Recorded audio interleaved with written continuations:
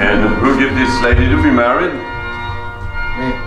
How about a kiss for mom? Hug and a kiss. There you go.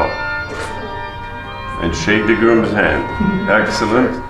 You want to stand both to the center together, back up just between the two benches, back up just a bit. Yeah, for the video. And you will be seated. Take your fiancé's arm, young lady. Take his arm. All right. Well, this is a big day, huh? Yeah, right here in Las Vegas, all your family and friends. And in the sight of God, Jesse, do you take Michelle for your lawfully wedded wife? Yes, I do. And Michelle, do you take Jesse for your lawfully wedded husband? I do. Very good, huh? Good answer. Yeah. Now, I'm sure you both plan to make your relationship very successful for the rest of your lives. That's, the idea. Now, for that to happen, there are many, many principles to live by, okay? And all of them are based on one thing: the reason you're here, you love each other. That's the requirement to get married. And there are other requirements deep within your minds and hearts that you can never feel by yourselves. And that is the real reason we're getting married. Eventually, somebody has to do the job for us here. And it's when these needs are not filled one by the other that trouble starts to brew along. See, that's how that works. It's very simple to understand. A little harder to live by, but easy to understand. And so it's really important to know what those requirements are. Okay, there's several of them on both sides. Okay, and the big difference between them, because they have the same name, see, so it's easy to remember. The big difference between them, which makes the whole difference in the world and the reason for all this, especially the down part, is this: the degrees of intensity with which they need to be received, and therefore given one to the other. And it's when that doesn't happen that, and unless you're on your way to the Guinness Book of World Record, you probably know what I'm talking about already, right? Yeah, it's really important to understand that, you see. You see, according to the Bible, your wife blooms the best when she's loved the most. Yeah. So she needs an overdose of love. It's one of those degrees of intensity on the ladies' side. Yeah.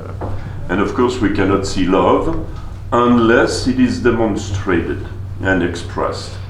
And the easiest way to do that, because there are very difficult ways to demonstrate love from both sides, easiest way, you tell your wife every day how much you love her, how much she means to you.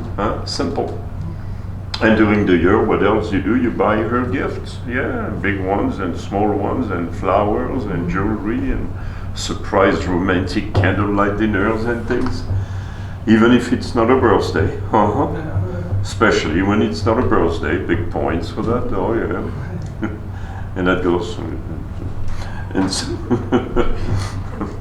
so anyway. Very, very important principle.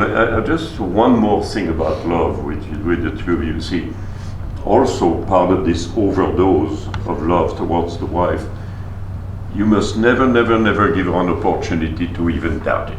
Okay? Yeah, she must always stay completely safe, secure in and of your love. Many reasons throughout life.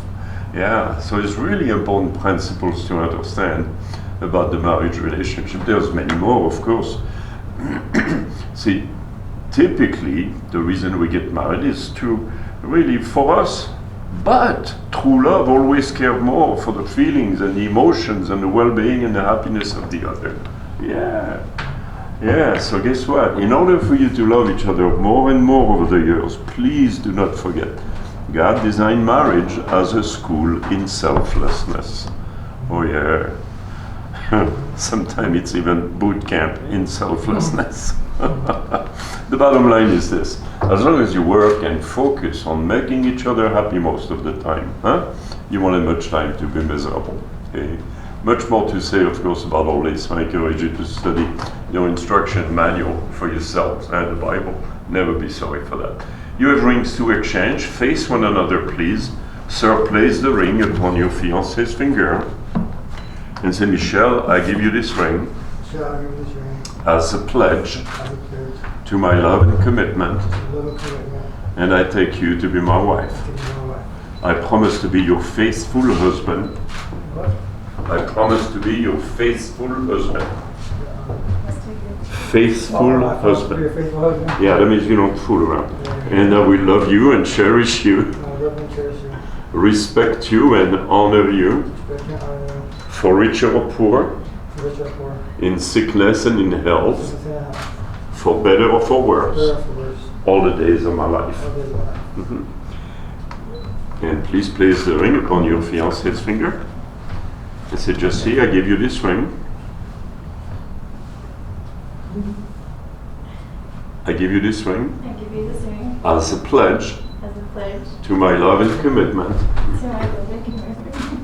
I take you to be my husband. I take you to be my husband. I promise to be your faithful wife, I promise to be your faithful wife, and I will love you and cherish you, and I will love you and cherish you, respect you and honor you, respect you and honor you, for richer or poor, for richer or poor, in sickness and in health, in sickness and health, for better or for worse, for better or for worse, all the days of my life. all the days of my life.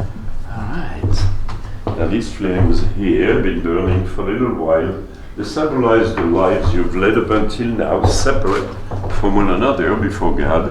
And to symbolize your coming together as one, please take a candle, light the one in the center together, and when you're done, blow your flames out. Careful not to blow the one in the middle. All right.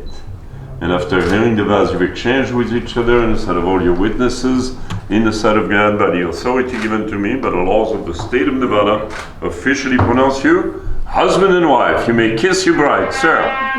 Big round of applause.